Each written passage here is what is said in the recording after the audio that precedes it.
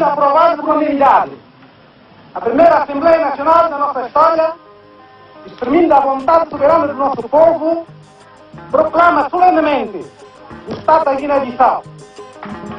Le 24 septembre 1973, le commandant Lino Vieira, président de l'Assemblée, proclame la naissance de l'État de Guinée-Bissau sous l'acclamation du peuple libéré. Cette date marque la fin de 5 siècles d'occupation permanente du Portugal sur ce territoire. Tout a commencé lorsque le Portugal, à la recherche d'une nouvelle route de la soie, découvre la côte nord africaine. En 1446, Nuno Tristão atteint l'actuelle Guinée-Bissau. Très vite, les premiers captifs sont envoyés au Portugal dans un premier temps et Madère par la suite. La découverte de l'Amérique par Christophe Colomb marque un tournant dans l'histoire des peuples africains. En effet, à partir de cette période, des millions de captifs seront expédiés vers le Nouveau Monde sous la bienveillance de l'Église et du pape. Très vite, des ports d'expédition s'érigent sur toute la côte africaine et l'un des principaux, bien plus important que celui de Gorée, qui n'existe pas à cette époque, va devenir la plaque tournante de cette abomination. Le port du village Manjaku de Bapa Atal, qui sera renommé par la suite Cachao. Ce port va connaître une histoire particulière dans la relation que ses occupants auront avec les autochtones Manjaku. Les commerçants portugais installés à Cachao subiront durant toute leur présence brimades, raquettes, vols et intimidations. Excédés par ce traitement, ils décident de construire une palissade tout autour de la plaza afin de se prémunir des attaques perpétrées par les Manjaku de Kakanda et Tchour. Malgré tout, l'évangélisation des populations fait son œuvre dès la fin du XVIe siècle, ainsi que le métissage. Car les commerçants portugais l'ont bien compris. Ils ne disposent pas d'assez de puissance pour affronter les autochtones. Ils organisent même des conflits interethniques afin de racheter un maximum de captifs.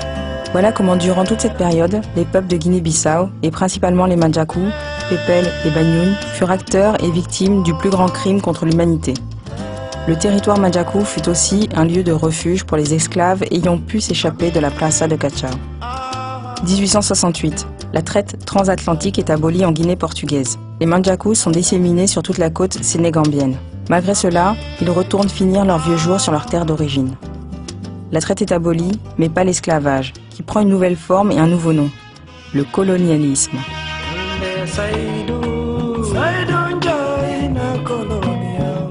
Non seulement les peuples qui le subissent sont contraints de travailler, mais en plus ils doivent s'affranchir de l'impôt de paillote.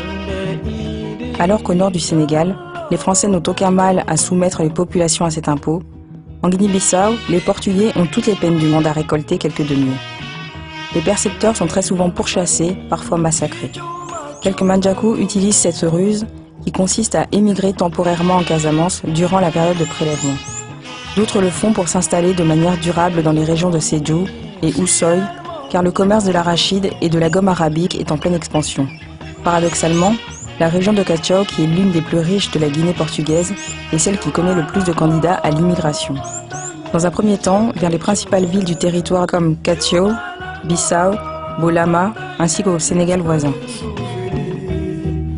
«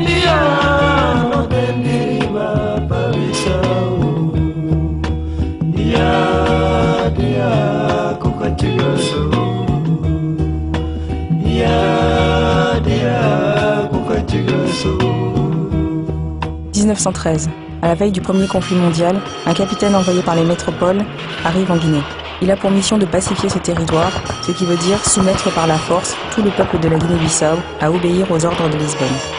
En quelques mois, le capitaine Teixeira Pinto réussit ce qu'aucun de ses prédécesseurs n'a pu faire, et ce grâce à l'appui de celui qui deviendra son fidèle lieutenant, le Wolof Abdou Ndiaye et son armée de mercenaires originaires du Sénégal, et de l'émergence d'un nouvel armement, la mitrailleuse.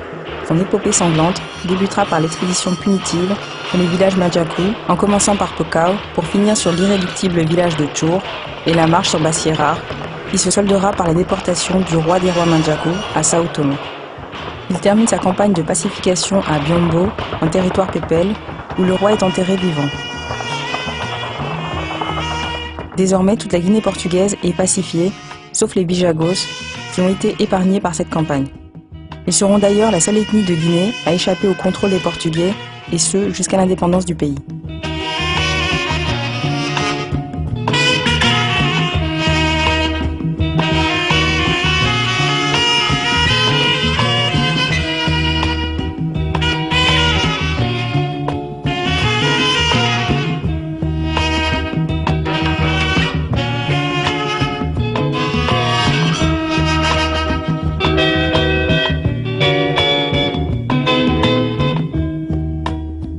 1933.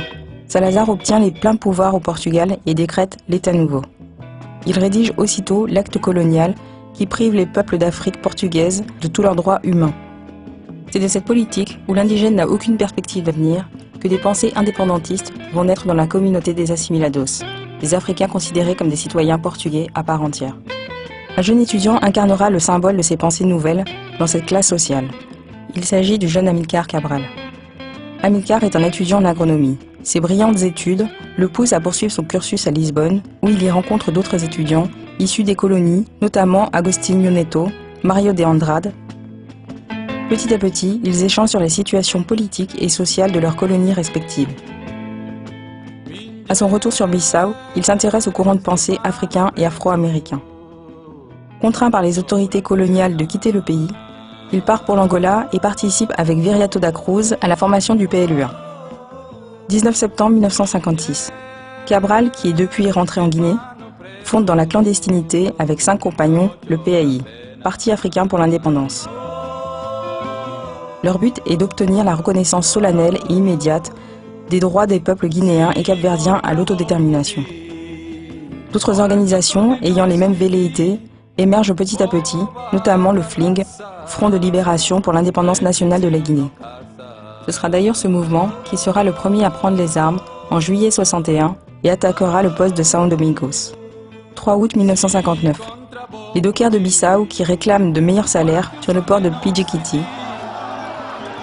Les autorités envoient la troupe, mais les soldats, des Africains, refusent d'intervenir. Les officiers et sous-officiers, aidés par les civils portugais, tirent sur la foule. Le bilan est lourd. On dénombre une 50aine de morts et de nombreux blessés. Ce fait va marquer un tournant dans l'histoire de la Guinée. Cabral et ses compagnons, qui ont toujours œuvré pour l'indépendance par la voie de la diplomatie, vont prendre les armes. Janvier 1963, le PIGC attaque les convois et s'empare rapidement de tout le sud du pays. Mais Cabral le sait. La reconnaissance des États de Guinée-Bissau et du Cap-Vert peut aussi se faire devant l'ONU et devant les grandes nations. Aussi, il effectue des voyages à travers le monde et rencontre plusieurs dirigeants de tous bords, ce qui n'est pas une mince sinécure en pleine guerre froide. Sa détermination finira par payer. Alors qu'au Portugal, la dictature de Salazar vacille, l'armée du PIGC progresse et gagne des territoires.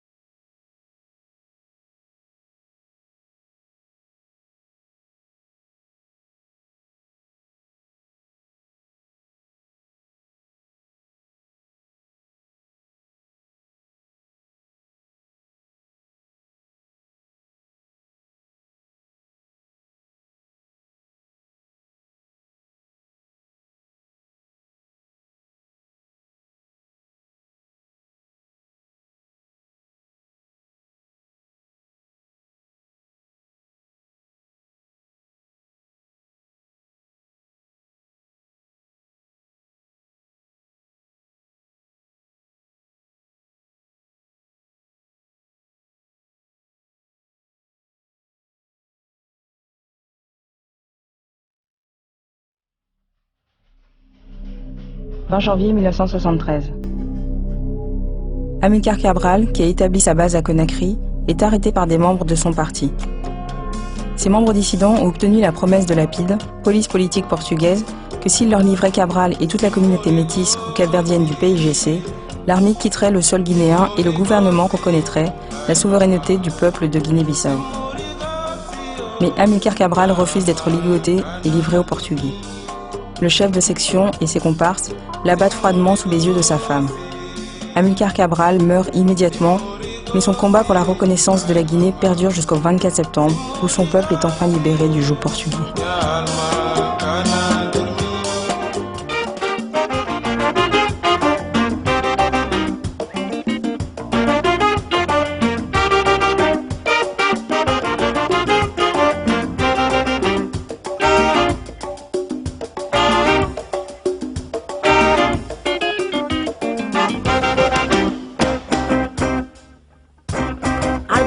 canta, Cabral que na canta vitória.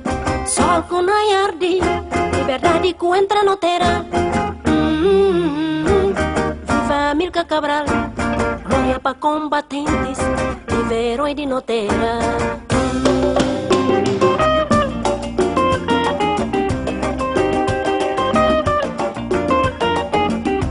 Ensinando, unindo o povo, mostrando clareza de mundo, e dando arma e dando guia para não conquistar mundo. Amílcar vida e assim, vídeo de guinte simples, compadrido netera bonito. Na arma não pega, João da Amílcar não liberta. Na livro não pega, João da Amílcar não na cumpu. Na arma não pega, João da Amílcar não liberta. Na livro não pega, João da Amílcar não na cumpu. Se trabalho, sangue novo na cavanta. Se ideia, juventude na assumir.